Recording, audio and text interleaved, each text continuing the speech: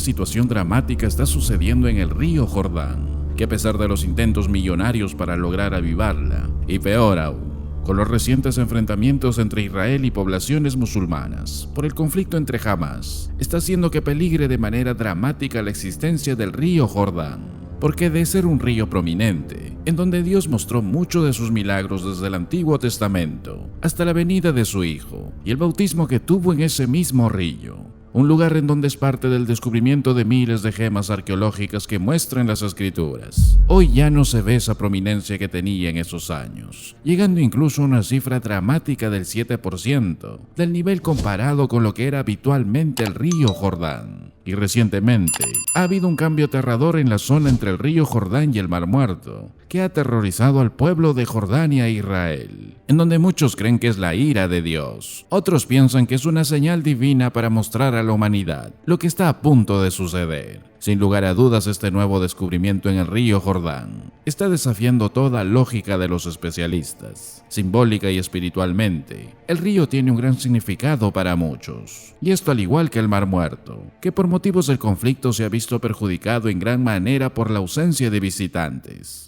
Pero en medio de esta situación, un descubrimiento impactante está aterrorizando a las personas cuando han visto la reciente noticia sobre un pequeño sector entre el río y el Mar Muerto que se ha vuelto misteriosamente rojo como la sangre. Esto en la región de Moab.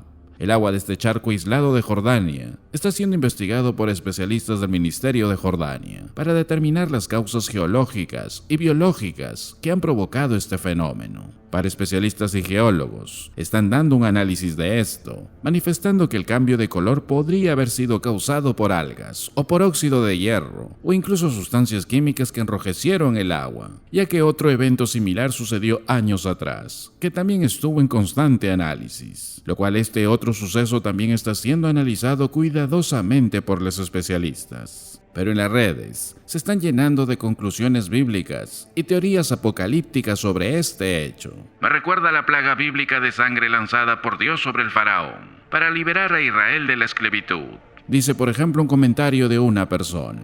Otra dice que esta es una señal del fin de los tiempos. Ahora, en la Biblia las aguas rojas tienen mucho significado. Lo vemos en el Antiguo Testamento, como una de las 10 plagas que Dios arrojó sobre el faraón de Egipto para liberar a Israel de la esclavitud. Según la Biblia, Dios convirtió las aguas del río Nilo en sangre, y estas historias han hecho que muchas personas se pregunten si se trata de un cumplimiento de la profecía del fin de los tiempos. Ahora, la Biblia efectivamente dice que al final de los días, en el tiempo conocido como la Gran Tribulación, los ríos se van a volver sangre. El segundo ángel derramó su copa sobre el mar, y éste se convirtió en sangre como de muerto, y murió todo ser vivo que había en el mar. El tercer ángel derramó su copa sobre los ríos, y sobre las fuentes de las aguas, y se convirtieron en sangre. Y oí al ángel de las aguas que decía: Justo eres tú, oh Señor, el que eres y el que eras, el Santo, porque has juzgado estas cosas. Eso será una realidad.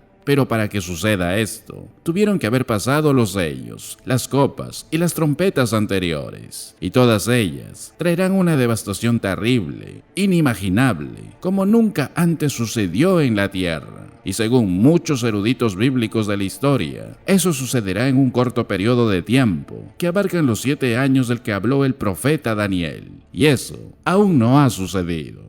Ahora, no hay duda que cuando sucede esto, nos recuerda lo que Dios hizo en la época de Moisés. Y Moisés y Aarón hicieron como el Señor lo mandó, y alzando la vara, golpeó las aguas que había en el río, en presencia de Faraón y de sus siervos, y todas las aguas que había en el río se convirtieron en sangre. Desde la historia más temprana de Egipto hasta la actualidad, el elemento vital de Egipto, el latido del corazón de Egipto, es y siempre ha sido el río Nilo. Casi ningún país en el mundo depende más de un río importante, como es el caso de Egipto. Hasta años recientes, cuando ya desarrollaron nuevos canales y nuevos cursos para que el río Nilo fuera usado para irrigar. Los egipcios antes dependían de las inundaciones del Nilo para irrigar su nación. A finales de junio y julio, el río Nilo se eleva por encima de sus orillas, inundando completamente la tierra. Y si no fuera por esto, Egipto sería un lugar tan sombrío como el desierto del Sahara. Por eso ellos dependían absolutamente del Nilo.